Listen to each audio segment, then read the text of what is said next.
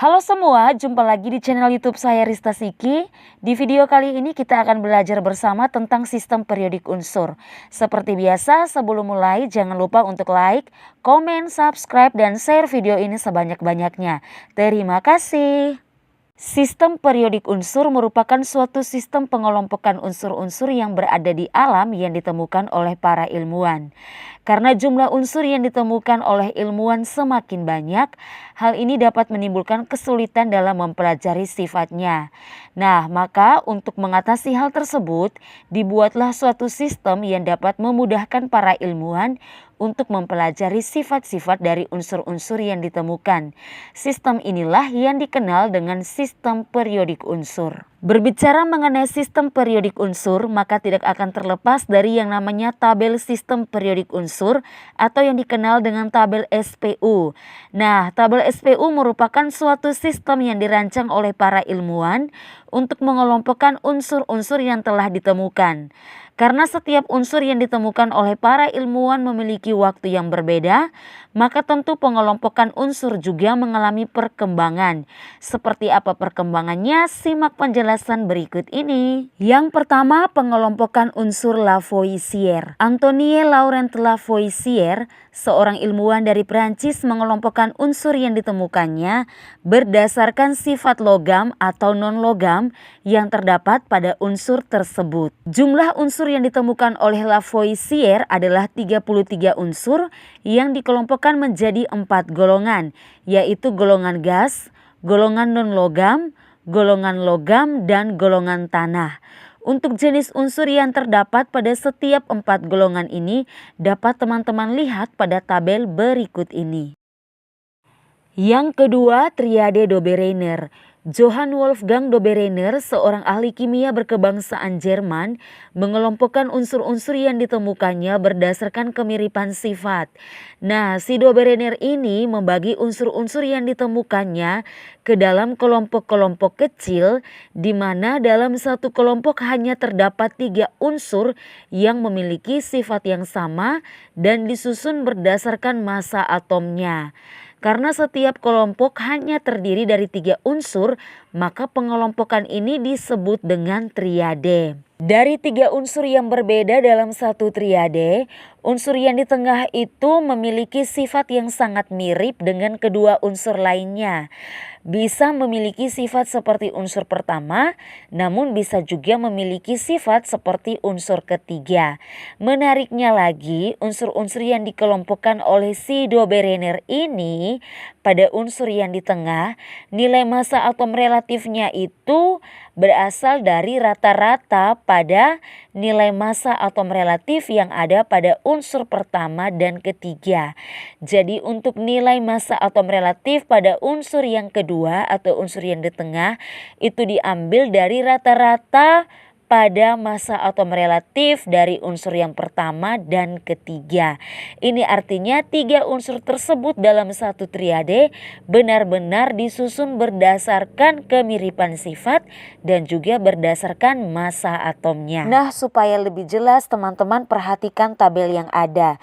Jadi tabel ini merupakan tabel pengelompokan unsur-unsur yang ditemukan oleh Dobereiner. Nah, dari tabel tersebut dapat kita lihat bahwa unsur-unsur yang ditemukan oleh Dobereiner ini sudah dikelompokkan ke dalam kelompok-kelompok kecil yang kita sebut dengan triade, di mana satu triade itu hanya terdiri dari 3 unsur.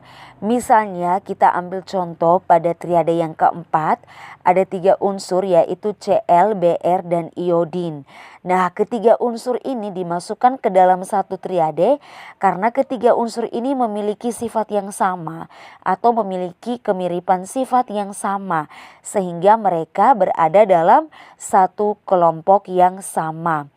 Lalu kemudian jika ketiga unsur ini disusun berdasarkan kenaikan massa atomnya, maka massa atom unsur kedua mendekati rata-rata massa atom unsur yang pertama dan yang ketiga, teman-teman. Nah, hal ini bisa kita buktikan dengan perhitungan matematisnya. Jadi untuk perhitungan matematisnya kita gunakan rumus massa atom relatif unsur X sama dengan 1/2 kali massa atom relatif unsur A ditambah massa atom relatif dari unsur Z. Nah, di sini Br atau bromin adalah unsur yang letaknya berada di tengah. Otomatis unsur Br ini adalah unsur yang mau kita cari nilai massa atom relatifnya. Maka massa atom relatif dari unsur Br sama dengan 1/2 kali massa atom relatif dari Cl ditambah massa atom relatif dari iodin. Seperti yang kita tahu, nilai Ar dari Cl adalah 35,5 dan nilai Ar dari iodin adalah 127. Maka seperti biasa pada perhitungan matematika pada umumnya kita selesaikan dulu yang ada di dalam kurung ya teman-teman. Jadi 35,5 ditambah 127 hasilnya adalah 162,5. Nah, 162,5 ini kita bagi 2, hasilnya adalah 81,25. Jadi massa atom relatif untuk Br adalah 81,25. Dan kalau kita urutkan dari ketiga unsur ini, maka urutannya sudah sesuai. Karena dari yang kecil ke yang terbesar. Maka posisi yang pertama ada Cl dengan massa atom relatifnya 35,5. Lalu ada bromin atau Br itu 81,25. Lalu kemudian ke iodin dengan massa atom relatifnya adalah 127. Jadi hal ini membuktikan pengelompokan unsur-unsur yang dimaksud oleh si Doberener ini. Dengan mengelompokkan unsur-unsur berdasarkan kemiripan sifat dan juga massa atom relatifnya. Yang ketiga, hukum oktav Newlands.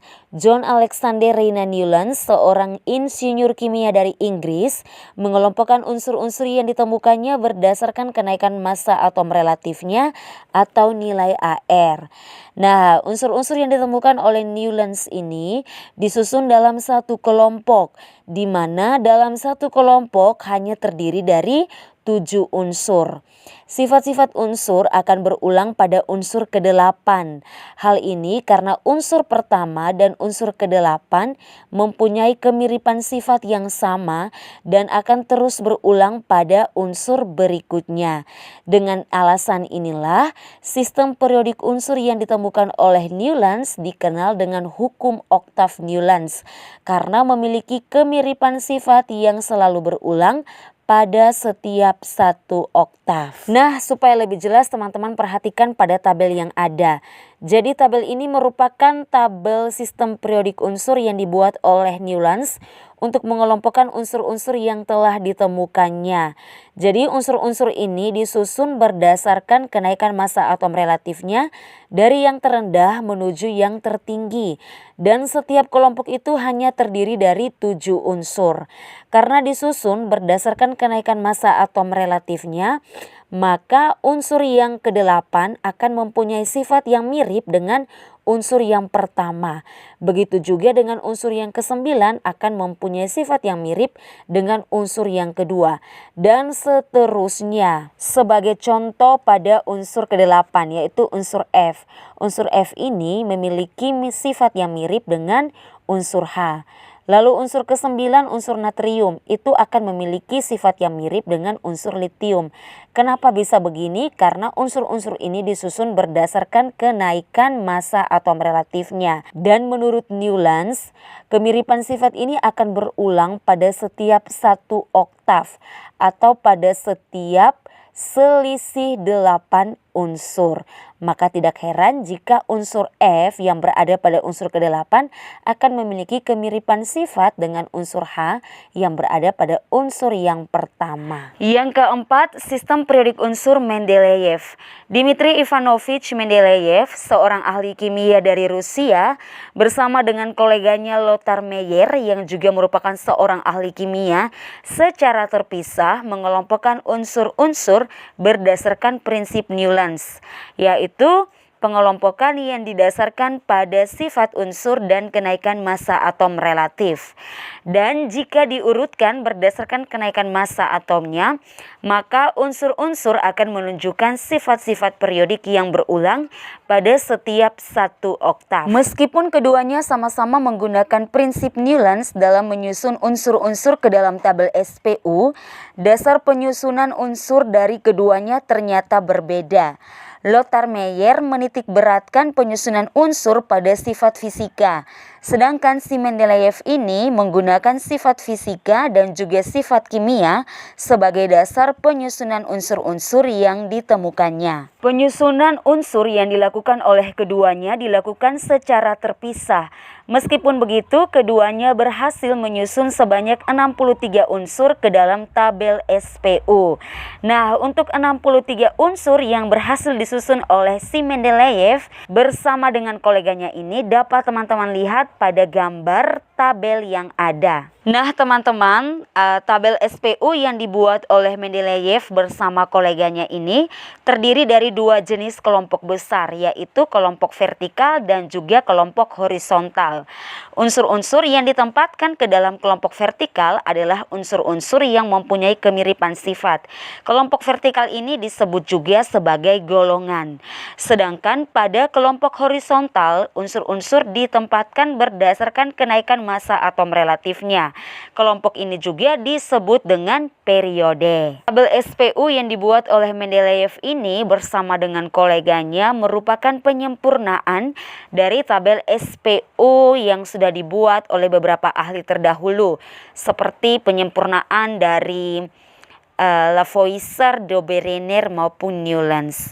Jadi si Mendeleev dan Meyer ini tidak membuat dari awal, namun melengkapi serta menyempurnakan tabel-tabel SPU yang sudah ditemukan oleh beberapa ahli terdahulu. Tabel SPU ini hampir mendekati kata sempurna karena si Mendeleev berhasil menunjukkan keunggulan dari tabel SPU yang dibuatnya bersama dengan koleganya, yakni tabel SPU ini dapat meramalkan tempat-tempat kosong untuk unsur yang belum ditemukan, dan untuk menandai tempat-tempat kosong tersebut diberi tanda tanya. Meskipun mempunyai keunggulan dari tabel SPU yang lainnya dan hampir mendekati kata sempurna, tabel SPU yang dibuat oleh Mendeleev bersama dengan koleganya ini ternyata masih memiliki kelemahan. Kelemahannya itu karena penempatan unsur indium dan tellurium yang tidak sesuai dengan kenaikan massa atom relatifnya. Yang kelima, sistem periodik unsur modern. Sistem periodik unsur modern ini merupakan penyempurnaan dari sistem periodik Mendeleev yang dilakukan oleh Henry G. Moseley. Moseley berhasil memperbaiki tabel periodik Mendeleev dengan menempatkan unsur tellurium dan indium sesuai dengan kenaikan nomor atomnya. Dari penyempurnaan ini terdapat 118 unsur yang dikelompokkan ke dalam dua kelompok besar, yaitu kelompok vertikal atau golongan dan kelompok horizontal atau periode. Nah, unsur-unsur dalam satu golongan memiliki sifat yang mirip dan jumlah elektron valensi yang sama. Sedangkan unsur-unsur dalam satu periode memiliki jumlah kulit elektron yang sama. Unsur-unsur dalam sistem periodik modern ini dapat dilihat pada tabel SPU berikut ini. Nah teman-teman, jadi tabel SPU ini merupakan tabel SPU yang kita pakai hingga sekarang. Dalam tabel SPU ini terdapat 118 unsur dan dibagi dalam kedua kelompok, yaitu kelompok vertikal atau golongan dan juga kelompok horizontal atau periode. Dan untuk kedua kelompok besar ini, baik itu golongan maupun periode, akan dijelaskan pada video berikutnya. Untuk itu pertemuan kali ini cukup sampai di sini. Terima kasih, see you next time.